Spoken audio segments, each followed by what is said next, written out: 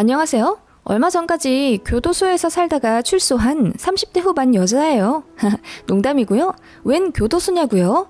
제가 그동안 매일 감시당하며 살았거든요. 그것도 시어머니와 시누이에게요. 이 막상 스토리에 유쾌, 상쾌, 통쾌한 사이다가 있으니 끝까지 들어주세요. 저는 3년 정도 연애하고 결혼해서 지금은 유치원 다니는 딸 하나 있는 평범한 주부입니다. 연애 결혼한 저희 남편은 자상하기도 하고 성실한 너무 멋진 남자예요. 사실 배우 이재훈을 닮은 잘생긴 외모 때문에 사귀긴 했지만 속은 더욱더 진국인 내 남자입니다. 그런 남편이지만 결혼하기 앞서 숱한 고민을 해야 했던 날들이 있었어요. 바로 시어머니와 시누이 때문이었죠. 남편의 시어머니와 시누이는 그야말로 네이트판에 자주 올라올 법한 막장짓을 많이 했어요. 남편도 그런 본인의 엄마와 누나를 창피해 할 정도면 말 다 했죠. 시댁에서는 처음부터 저를 마음에 들어 하지 않으셨어요. 잘생기고 호감형인 남편에 비해 저는 좀 통통한 편이고 평범한 외모인데요. 그런 제 외모가 별로라며 대놓고 여자가 너무 못났다, 남자가 더 아깝다 하며 혀를 끌끌 찼었어요. 그런 무례한 모습에 남편이 급히 중재했지만 첫 만남에서의 제 상처는 겨우 시작일 뿐이었죠. 게다가 남편과 데이트할 때 저녁 8시부터 30분 간격으로 전화하며 빨리 오라고 다그치는 미혼 시누이 때문에 진지하게 헤어짐을 고려한 적도 있어요. 남편이 전화를 받지 않으면 저에게까지 전화를 걸어서 내 동생 지금 뭐 하는데 아직도 안 들어오냐고 난리를 치기도 했죠. 그런 예비시댁 분위기에 기가 빨려서 더 이상 만나지 못하겠다고 헤어짐을 구한 적도 있는데 남편이 당시 3일을 밤낮으로 엉엉 울며 매달려서 결국 다시 만나고 어찌저찌 결혼까지 하게 되었네요. 결혼하고 나서 시어머니와 시누이의 막장짓은 손에 다 꼽히지 않을 정도로 많아요.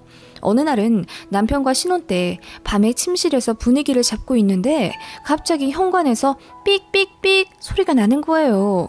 그렇게 현관문이 어이없이 열리더니 시어머니와 시누이가 저희 거실로 들어온 거 있죠? 저는 그때 다 벗고 있던 터라 소리를 지르며 몸을 가렸어요. 남편이 놀라 이게 뭐 하는 짓이냐 다그쳤어요. 그러자 시어머니가 하신 말씀. 내 아들 집에 맘대로 놀러오지도 못하냐? 아니 근데 니들 벌써 아기 가지면 안 된다? 이 어이없는 말씀에 옆에서 거드는 시누이의 농담도 가관이었죠. 어머 옳게 결혼하자마자 임신하면 시집살이는 어떻게 시켜? 하시며 두 분이 깔깔 웃으시는 거예요. 남편이 불같이 화를 내어 비밀번호는 어떻게 알았냐고 묻자 저희 출근하고 집 비어있을 때 이 번호 저 번호 다 쳐보며 맞춰봤다고 하더라고요. 비밀번호는 저희 결혼기념일이었어요. 그러면서 그렇게 쉬운 걸로 하면 그냥 들어오라는 뜻 아니냐며 웃으시는데 소름이 돋았습니다. 남편이 급하게 옷 입고 바로 시어머니 시누이를 내쫓았어요. 한참을 밖에서 실랑이 하다 들어온 남편이 씩씩거리며 제 앞에 무릎을 꿇고 다시는 이런 일 없도록 하겠다고 저에게 사과하더라고요. 그런 남편은 죄가 없으니 알겠다 하며 넘어갔지만 그 후로도 별일이 많았죠. 시아버지는 오래전 돌아가셨기에 시댁에는 시어머니와 아직 결혼하지 않은 40대 초반 시누이만 있는데요. 두 분이 딱히 할 일이 없으셔서 그런지 저희에게 관심이 참 많았습니다. 저희 데이트하려고 주말에 좀 나서려 치면 항상 전화를 하셔서 우리도 데리고 가라며 떼를 쓰시곤 했죠. 그래서 몇 번은 거절 못하고 두 분을 모시고 교회 외곽으로 놀러 간 적도 몇 번 있어요. 가는 차 안에서는 우리 동생, 우리 아들 하며 저를 철저히 외톨이로 만들려는 분위기였죠. 남편이 그러지 좀 말라며 타박해도 아니 이 정도쯤은 옳게도 이해해야지. 장가 보낸 지 얼마 안 돼서 우리가 적응이 안 돼서 그래 적응이. 우리 옳게 이해심 많잖아. 그래서 내가 옳게도 얼마나 사랑하는데. 이러시곤 했죠. 그러면서 남편이 잠깐 자리를 비우면 저에게 또 살쪘니? 그러다 남편 바람나면 어째? 하시며 저를 열받게 하시고 남편이 돌아오면 우리 며느리는 살짝 통통한 게 좀 매력이야 하는 이중적인 모습이 정말 가관이었어요. 하루는 그런 시어머니와 시누이에게 제가 너무 질려서 남편을 붙잡고 화를 냈어요. 결혼하고 나면 좀 덜 하실 줄 알았고 당신도 가운데에서 나 상처 안 받게 잘 해줄 줄 알았는데 당신이 전혀 방어가 안 된다고 이혼하고 싶을 지경이라고 하며 제가 눈물을 흘렸어요. 놀란 남편이 저를 꼭 끌어안으며 말했죠. 미안해. 엄마는 아빠 돌아가시고 의지할 데가 나밖에 없으셔서 그랬던 것 같아.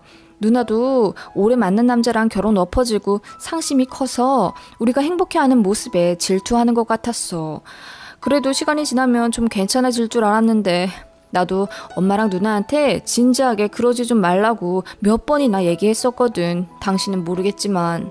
하며 고개를 푹 숙이고 얘기하더라고요. 그런 남편 모습에 저도 정말 미안해졌죠. 사실 모르고 한 결혼도 아니었거든요. 어느 정도 시댁 스트레스에 대해 예상했지만 남편을 너무 사랑해서 눈 꼭 감고 한 결혼이었죠. 남편은 저에게 너무 미안하다고 시댁과 멀리 떨어져 있는 곳으로 이사 가자고 했습니다. 당시 집은 시댁과 차로 20분 정도 걸리는 곳이었거든요. 남편이 회사에 발령 요청을 하고 2개월 정도 대기하면서 절대 시댁에는 말하지 말자고 했죠.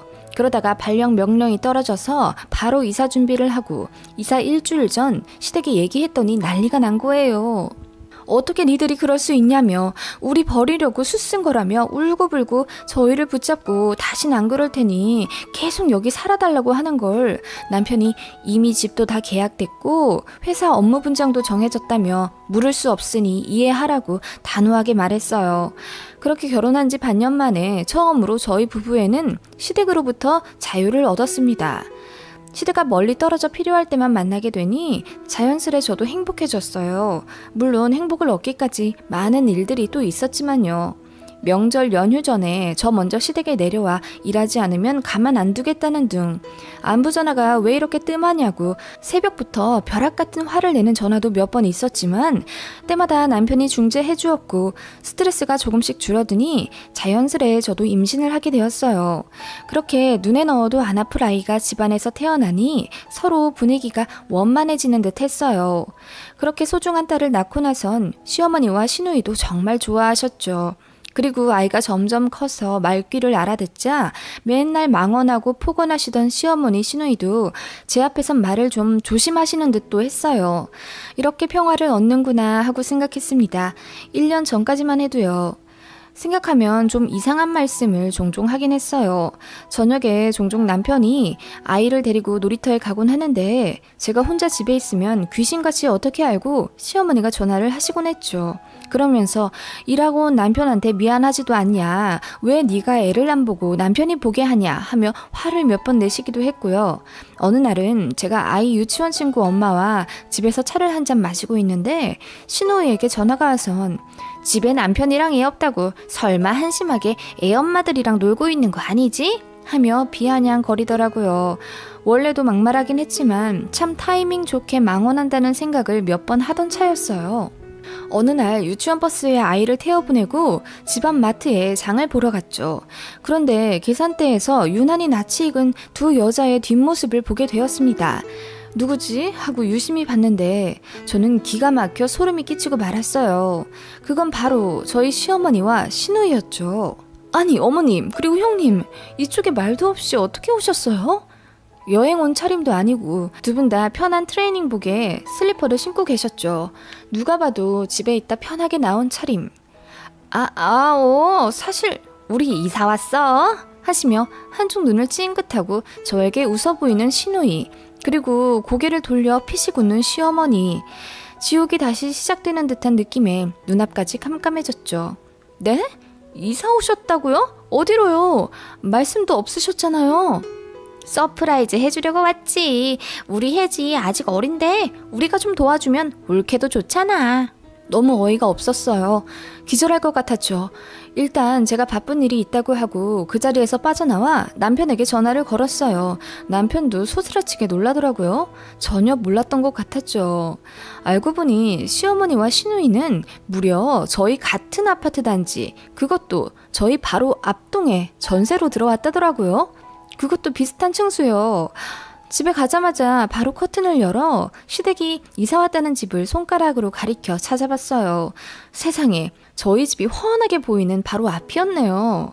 그날 저희 집에 시어머니와 시누이가 찾아와 일부러 이사 온 건 아니고 가까운 곳에 살면 좋겠다고 생각해서 나들이 겸 부동산을 다녔는데 마침 저 집이 딱 비어있더라. 이삿날도 딱 맞더라 하며 우연히 이사 온 거니 너무 기분 상해 말하고 하시더라고요. 절대 아닌 것 같았죠. 사실 1년 전부터 시누이가 짐 줄인다고 가구도 엄청 버리곤 했거든요. 분명히 1년 전부터 준비해왔던 게 분명했어요. 아이 앞에서 언성 높일 수 없으니 일단 알겠다고 했어요. 의심스러웠던 일들의 정황상 그동안 이렇게 몰래 저희 집을 감시했던 게 분명했어요. 남편도 이렇게까지 진상 부릴 줄은 몰랐다면서 사과했고 우리 전세 계약 얼마 안 남았는데 책임지고 다른 집 알아보겠다며 제 손을 잡고 사과했어요. 저는 예전과는 좀 다른 마음이 들었죠. 저희 딸 유치원 보낸 지 얼마 안 되어서 또 유치원을 옮긴다면 적응상 문제가 생길 것이 뻔했고 더 이상의 회피는 일만 더 그르칠 것 같다는 생각이 들었어요. 이런 막장 시댁은 정면 승부해야겠다는 생각이 들었습니다. 시어머니와 시누이는 그날 이후로 대놓고 제가 집에 있을 시간에 연락도 없이 찾아와 거실에 들어눕기도 했고 밥 차려 먹기 귀찮다며 저보고 저녁 좀 만들어서 시댁에 갖다 달라는 말도 안 되는 말도 했었죠. 제가 그건 아닌 것 같다며 거절했지만요. 점점 더 선을 넘고 도를 넘어가는 행동을 하자 남편이 더 이상 못 참겠다며 시댁과 연을 끊겠다고 하더라고요. 본인이 생각해도 시어머니와 시누이는 정상이 아니었거든요. 저는 그런 남편에게 고맙기도 하고 미안한 마음도 들었어요. 그래서 말했죠. 내가 어떤 행동을 하더라도 나 믿고 이해해 줄 거지? 당신 그동안 많이 참은 거 내가 왜 몰라. 그리고 당신이라면 난 다 믿어. 그래서 저에게 맡겨달라고 했어요. 그리고 어떻게 할까 고민을 했고 답을 내렸습니다. 그 다음날부터 제가 먼저 시댁에 찾아가기 시작했어요. 손주이자 조카인 제 아이를 끔찍이도 좋아하시는 터라 아이를 앞세워 데려갔습니다. 처음엔 저답지 않게 웬일로 먼저 아이 데리고 왔냐며 눈이 휘둥그레 하셨어요. 저는 아이를 시댁에 두고 이렇게 말했어요. 앞으로 종종 남편이랑 데이트 좀 하게 어머님이랑 형님이 아이 좀 봐주세요. 라고 말했죠. 그렇게 당돌하게 나온 건 처음이라 두 분 모두 놀라시더라고요. 그냥 알았다 하시며 똘똘해 하셨지만 아이를 워낙 예뻐하셔서 다른 걱정은 들지 않았네요. 그렇게 일주일에 4번 이상을 예고도 없이 쳐들어가 아이를 맡기고 저는 3시간 넘게 바람을 쐬다 들어갔습니다. 아이 키워보신 분들은 아실 거예요. 5살쯤 되는 아이와는 단 10분도 놀기 힘들죠. 한참 후 아이 찾으러 가면 시어머니와 시누이는 기진맥진한 표정으로 저를 맞으시곤 했죠. 아이는 고모랑 할머니가 너무 좋다며 집에 가기 싫다고 떼쓰고요. 정말 웃겼어요. 그렇게 3달 정도를 보내자 나중에는 문을 안 열어주시더라고요. 분명히 있을 텐데 말이에요. 그래서 아이를 시켜 영상통화를 매일 하기 시작했습니다. 아이가 할머니랑 고모 보고 싶어 한다고 창문 밖으로 나와달라고요. 아이가 노래 불러달라, 춤춰달라 이상한 요구를 하는 통에 어머님이랑 시누이가 꽤나 고생하더라고요. 몇 번 맞춰주더니 나중에는 전화도 안 받으시더라고요. 그리고 최후의 수단, 시어머니가 현관문 비번을 누를 때 옆에서 유심히 보고 비번을 알아냈어요. 몰래 기억해뒀다가 밤에 불시에 들어갔습니다. 제가 현관문을 열고 들어가자 속옷만 입고 거실에 앉아 TV를 보고 계시던 시어머님이 깜짝 놀라 소리를 지르셨어요. 아니 네가 어떻게 들어왔냐? 시어머니 소리에 시누이도 자던 방에서 눈을 비비고 나와 저를 보고 화들짝 놀라더라고요.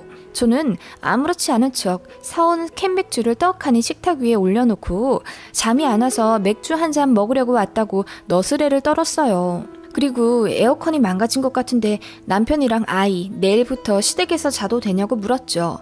시누이가 부들부들 대다가 말하더라고요. 이봐 올케, 말도 없이 이게 무슨 짓이야? 형님이랑 어머님도 저희 집에 이렇게 자주 오셨잖아요. 딸 같아서 동생 같아서 좋다고 하셨잖아요. 저도 이제 두 분이 진짜 가족처럼 편한데 두 분은 아니신가 봐요? 저 서운하려고 해요. 뭐? 아니 그렇다고 이렇게까지는. 우리 혜지도 이제 귀찮아지신 거예요? 아니 그럴 리가 있겠어? 그렇죠? 제가 예민하게 받아들이는 거 맞죠? 내일 짐 싸서 이 집에 들어올게요. 혜지 아빠도 여기로 퇴근하라고 하고요. 아무 말 못하시는 시어머님과 시누이. 한날은 시댁 현관 비밀번호가 바뀌어져 있더라고요. 그래서 제가 문을 두드리며 소리를 질렀죠. 어머니, 형님, 이상해요. 도어락이 망가졌나봐요. 설마 비밀번호 바꾸신 건 아니죠? 네? 나와보세요. 하며 아파트 통로가 떠나가라 소리를 지르니 다급하게 나와 제 입을 막고 대체 왜 그러냐고 그만 좀 하라고 하더라고요. 가족한테 1억이냐며 서운한 척하니 어쩔 수 없이 바뀐 비밀번호를 알려주시더라고요. 저는 그렇게 시댁을 밥 먹듯이 드나들었습니다. 가서 일도 안 하고 그냥 집처럼 편하게 들어누웠죠. 참다 못한 시어머니와 시누이가 저에게 뭐라뭐라 한 소리 하시면 그냥 한쪽 귀로 흘려들었어요.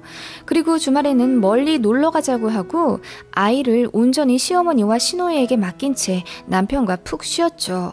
그런 생활을 반년쯤 했더니 점점 말이 없어지시는 두 분으로 변하시더라고요.